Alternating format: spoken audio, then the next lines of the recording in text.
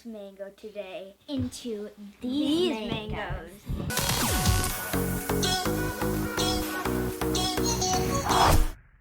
Hey race fan, Brian Davis races, and you can too! Hey listen, sometimes on this channel I do some cooking things, and today we're going to do some cooking things because we're all home, chilling out, doing our social part to not spread viruses.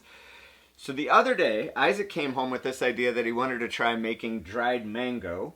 And interestingly, him and a classmate wanted to start a business selling dried mango.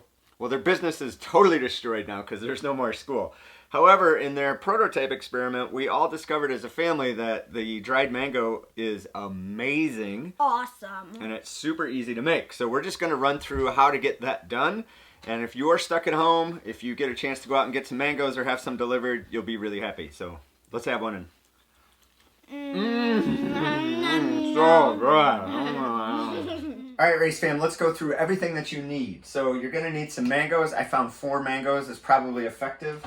These drying racks for cookies are perfect to put the mangoes on, and then you want to definitely get a cookie sheet. The juices from making cleanup difficult, but it's really not that big of a deal. With hot water, it'll come right off.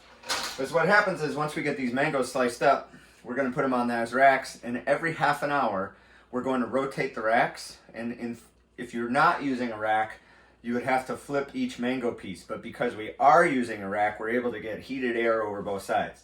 So the heated air is going to be 185 on your oven, or as low as it can go, like warm. You have all day to sit at home and babysit these things, so no big deal. And the result is fantastic. So we bought 4 mangoes, one of which is super ripe. The other ones are, we'll see, they're a little bit hard. So this time we're going to concentrate on cutting them thinner than those chunkier pieces over there. And the end result is really more like a mango jerky, I feel like, would be an apt description. But it tastes amazing, and we're going to use a little bit of sugar just to give it an extra little bit of pop.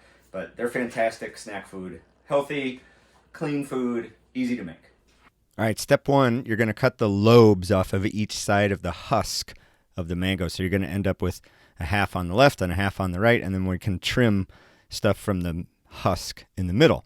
Now, you can see me cutting these, but I still cut them too thick, and now that I'm done with this whole experiment, I can see that it was still too thick. So the thinner the better, and it makes the drying time go by much quicker, and the end result is a little bit tastier. So you can fan them out like that. It's better to just cut those fans in half and then fillet with your knife to scrape out the bottom of the mango to get those slices out pretty easily.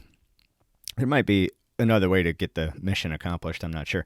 And then you see the pure raw cane sugar in the back, and we use that to dredge. That's optional. You don't need to do that, but I forgot to mention that in the beginning that we're doing that. So those are my slices, and that's what we're going to go with. There's plenty of mango left after you do these big lobes, so at that point you're just able to scrape off around the husk.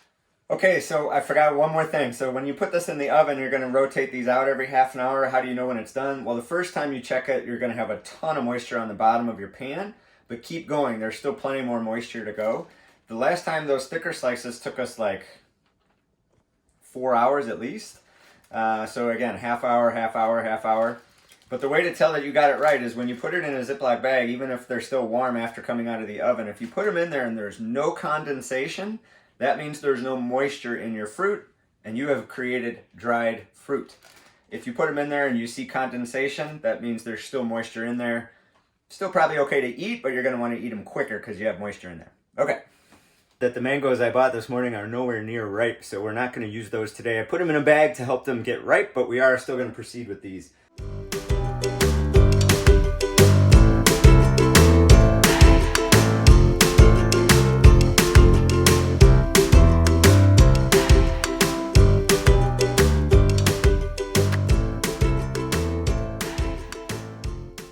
All right, that's it. Well, we only got one ripe mango, so we're going to go ahead and do it, and we'll look forward to having the other ones tomorrow. Okay, there it goes into our dirty oven.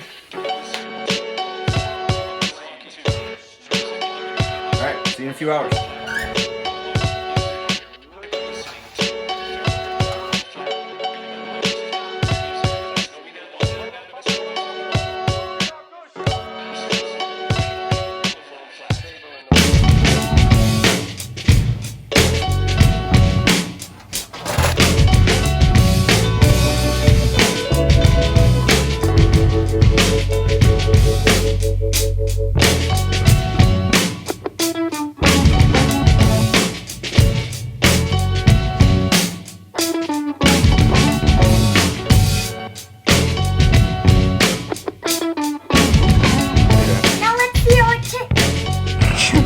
Cut.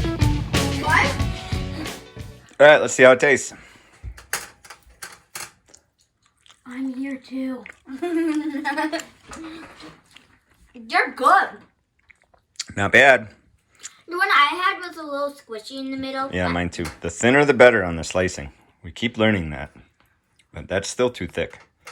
Need them thinner. I'm here too, and I say even thinner.